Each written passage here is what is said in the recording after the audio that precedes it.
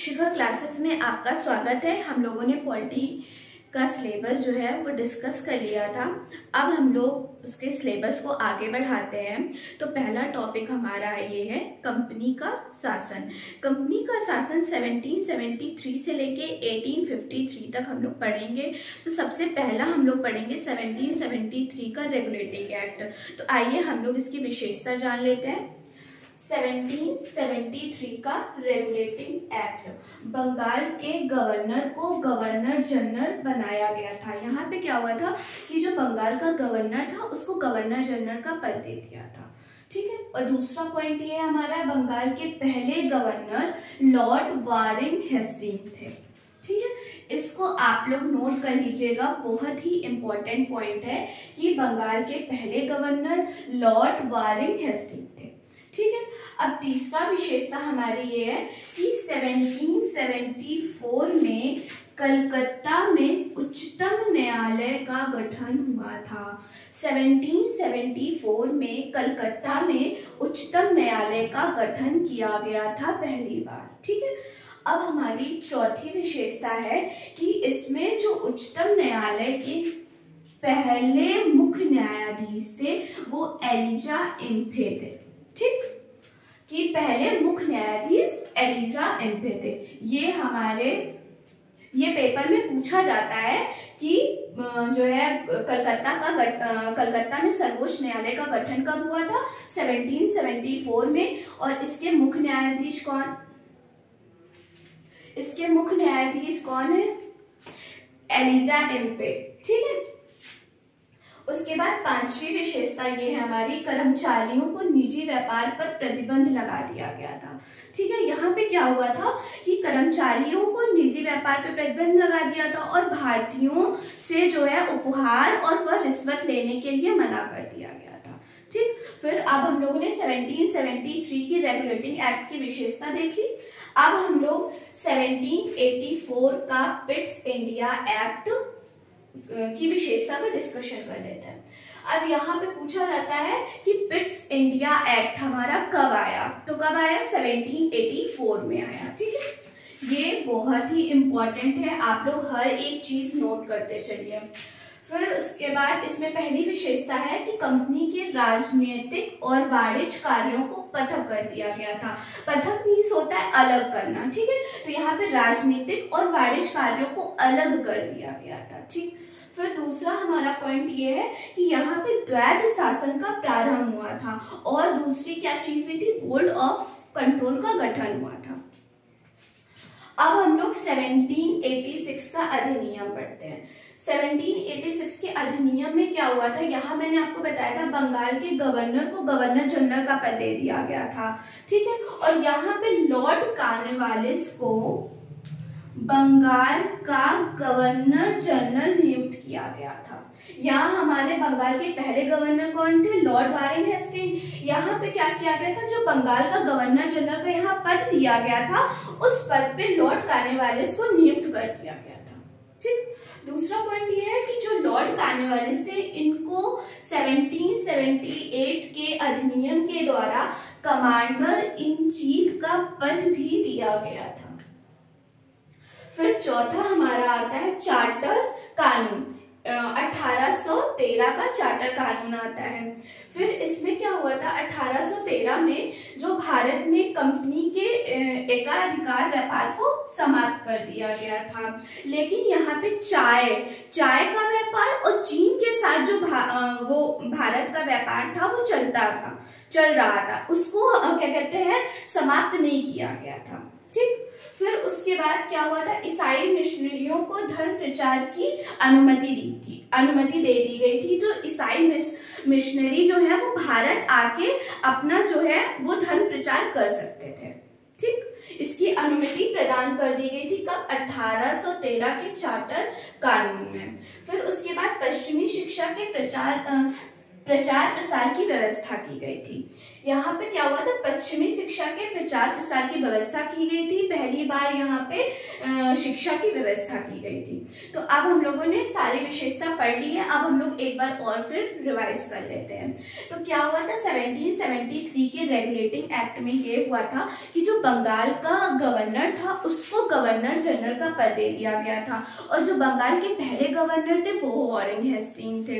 फिर उसके बाद 1774 के कलकत्ता में सर्वोच्च न्यायालय का गठन हुआ था। कब हुआ था, 1774 में। और इसके जो क्या कहते हैं पहले मुख्य न्यायाधीश थे वो एलिजा एम्पे थे। फिर उसके बाद कर्मचारियों को निजी व्यापार पर प्रतिबंध लगा दिया गया था। यहाँ पे जो है भारतीय लोग जो है भारतीयों लोगों से उपहार व रिश्वत लेने के लिए मना कर दिया गया था। अब दूसरा आता है हमारा 1784 का पिट्स इंडिया एक्ट। इसमें क्या हुआ था कि कंपनी के राजनैतिक और वाणिज्य कार्यों को पृथक कर दिया गया था, और यहाँ पे पहली बार द्वैध शासन का प्रारंभ हुआ था और बोर्ड ऑफ कंट्रोल का गठन हुआ था। अब आता है हमारा 1786 का जो है अधिनियम। यहाँ पे क्या हुआ था, यहाँ पे पद दिया गया था 1773 में, यहाँ पे गवर्नर जनरल का पद दिया गया था। यहाँ पे लॉर्ड कॉर्नवालिस को इस पद पे नियुक्त किया गया था। फिर यहाँ पे और जो लॉर्ड कॉर्नवालिस थे उनको कमांडर इन चीफ का भी पद दिया गया था। अब आता है हमारा 1813 का चार्टर अधिनियम। अब आता है हमारा भारत का कंपनी का एकाधिकार व्यापार को समाप्त कर दिया था, लेकिन यहाँ पे चाय और चीन के साथ जो है वो व्यापार का एकाधिकार कंपनी के साथ एकाधिकार नहीं समाप्त हुआ था। यहाँ पे चाय और चीन के साथ व्यापार चलता रहा था। और दूसरा पॉइंट ये है, ईसाई मिशनरियों को धर्म प्रचार की अनुमति दे दी गई थी। यहाँ पे जो ईसाई मिशनरी थे वो भारत आके अपना धर्म प्रचार कर सकते थे। फिर तीसरा पॉइंट ये है, पश्चिमी शिक्षा का प्रचार प्रसार की व्यवस्था। यहाँ पे पहली बार शिक्षा की व्यवस्था की गई थी। अब आता है हमारा 1833 का चार्टर अधिनियम। इसमें इसकी ये विशेषता है कि बंगाल के गवर्नर जनरल को भारत का गवर्नर जनरल बना दिया था। मैंने आपको बताया था 1773 में क्या हुआ था। 1773 की पहली विशेषता यही थी कि बंगाल का जो गवर्नर था उसको गवर्नर जनरल का पद दिया था, और यहाँ पे 1833 में भी यही हुआ है कि बंगाल का जो गवर्नर जनरल था उसको भारत का गवर्नर जनरल बना दिया था।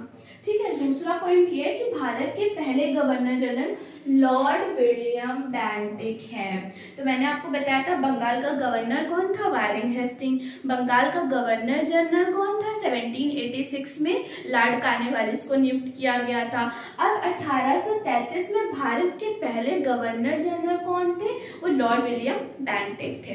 अब हम लोग पढ़ते हैं 1853 का चार्टर अधिनियम। इसमें इसकी पहली विशेषता है कि पहली बार गवर्नर जनरल की परिषद में विधायी एवं प्रशासनिक कार्यों को अलग कर दिया गया था। उसके बाद दूसरी पॉइंट ये है कि सिविल सेवकों की भर्ती एवं चयन हेतु खुली प्रतियोगिता का प्रारंभ हुआ था, और इसी खुली प्रतियोगिता का प्रारंभ करने के लिए हमारा मैकाले समिति का गठन हुआ था। कब हुआ था, 1854 में मैकाले समिति का गठन हुआ था। तो यहाँ तीसरा पॉइंट भी यही है कि 1854 में भारतीय सिविल सेवा के संबंध में मैकाले समिति का गठन हुआ था। चौथा पॉइंट ये है, प्रथम बार भारतीय केंद्रीय विधान परिषद में स्थानीय प्रतिनिधित्व का प्रारंभ किया गया था। ठीक है।